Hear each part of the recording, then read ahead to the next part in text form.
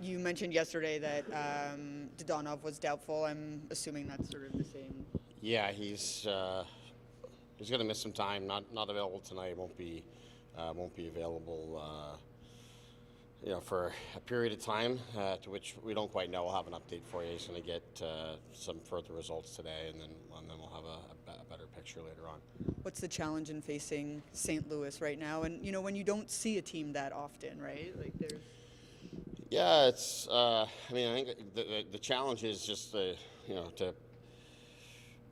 they make it hard on you in different areas. Like they're a team that they haven't got the results that that the video and the clips and such would show that they should have. Like they've been playing good hockey. They've 3 regulation losses in the last 10 games, but they play good smart hockey, and expect it to be a tight checking, low scoring type of affair that we've got to find our way through, and that's really it. But you've got to take a peek at the standings. The entire league is basically the same, So every night, there's little nuances that are different, but you got to expect a battle.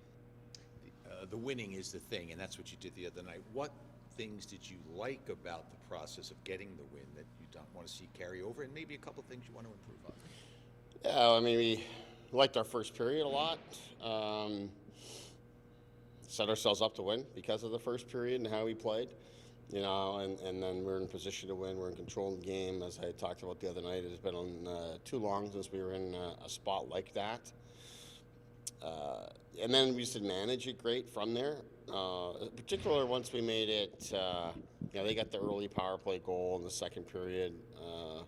We didn't take a sort of a irresponsible stick penalty early in the second that puts us on our heels. But then I liked our game all the way up until we made it 4-2. At that point in time, I thought we just didn't manage the 2-goal lead with whatever was left, 7 or 8 minutes or left in the second there. And then the third period, just defend too much. If you don't break out clean and you're just kind of tossing the puck away to the opposition, you're going to be on your heels. And that's serious. We've got to manage better. But the guys worked and competed hard.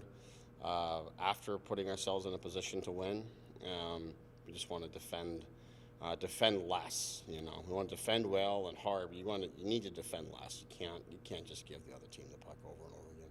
There are 22 games. What are your thoughts on Paul Cotter's start to the season? I would say it's been slow going offensively for sure. We're hoping it's obviously a bit of a flip from last season. Last season he got off to a hot start and was feeling good, and then a lot of the offense dried up in the second half of the season. We're hoping it flips. Yet at the same time, he plays on the spot and on a role in our team that what I'd really like to see is just consistent speed and physicality and taking some miles off the opposition. He's got a unique skill set to be able to transport the puck and establish play in the offensive zone, which is really important for his line and for our team.